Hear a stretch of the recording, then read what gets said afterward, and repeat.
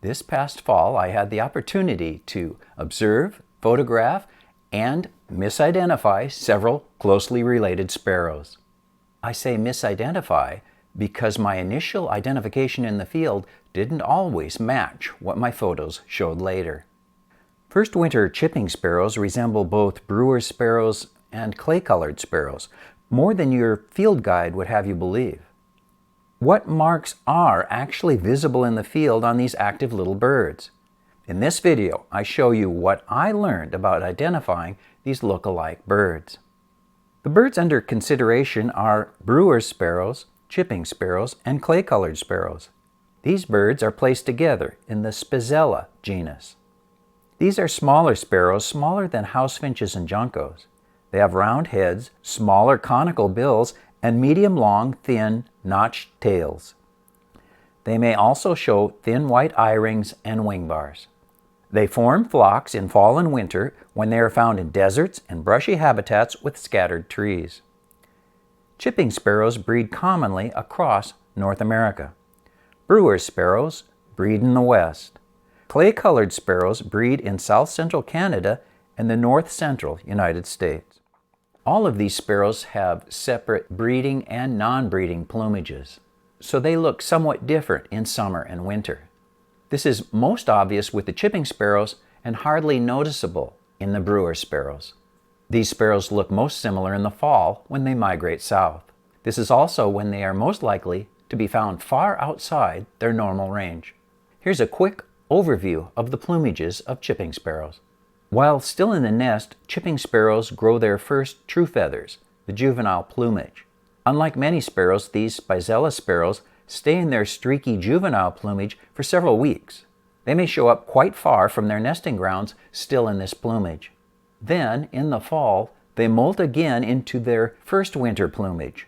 In this plumage, they look similar to the adult in winter or non-breeding plumage, but are buffier.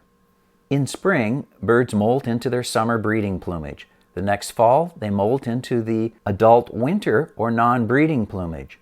They alternate between these two plumages for the rest of their lives. Before we can compare the field marks of the different species, we need to briefly review the feather patterns of the head. These sparrows all have a brown streaked crown and dark cheek, separated by a pale eyebrow. Below the dark cheek is a broad, pale submustachial stripe. This is separated from the white throat by a thin, dark lateral throat stripe. On the cheek, a dark eye line extends behind the eye. On the lower border of the cheek is a dark line called the mustache. In front of the eye, between the eye and the bill, are the lores. In the field, it isn't always possible to see the thin black lores of chipping sparrow in non-breeding plumage. Sometimes the lores of chipping sparrows look pale or are ambiguous. This is what confused me. I was relying too heavily on this one field mark. Instead, it is the eye line and the mustache that are especially important to observe in order to separate these sparrows in the field. For a more detailed video on head feather patterns in birds, please watch the video in the card above. In addition to the photos I show here, there is a helpful 2-page spread in the second edition of the Sibley Guide to Birds that discusses separating these three species. Clay-colored sparrows are the most strongly patterned and richly colored of the group. The key identification marks for non-breeding adults are the 1.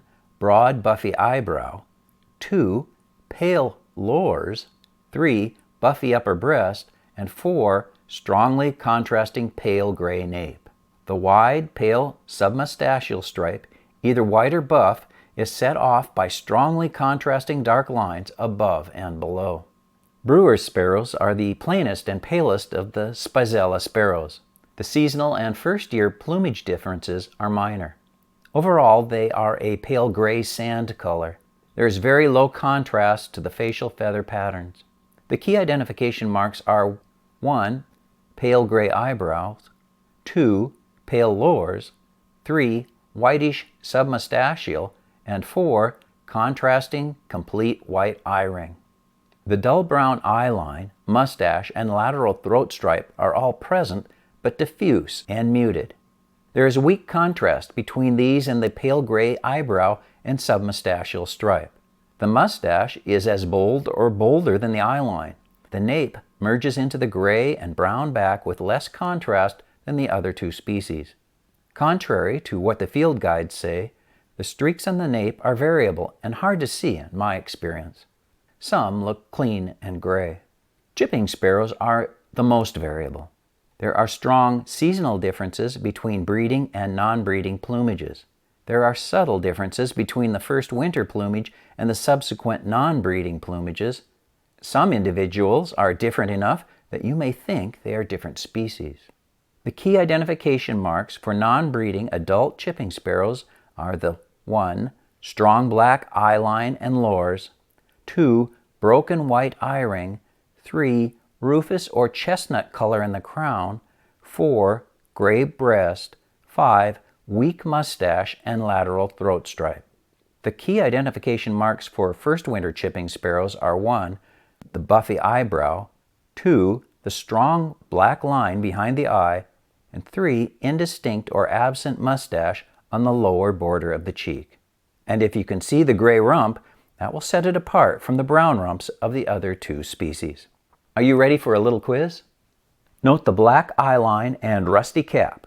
There is no mustache. The lateral throat stripe is weak.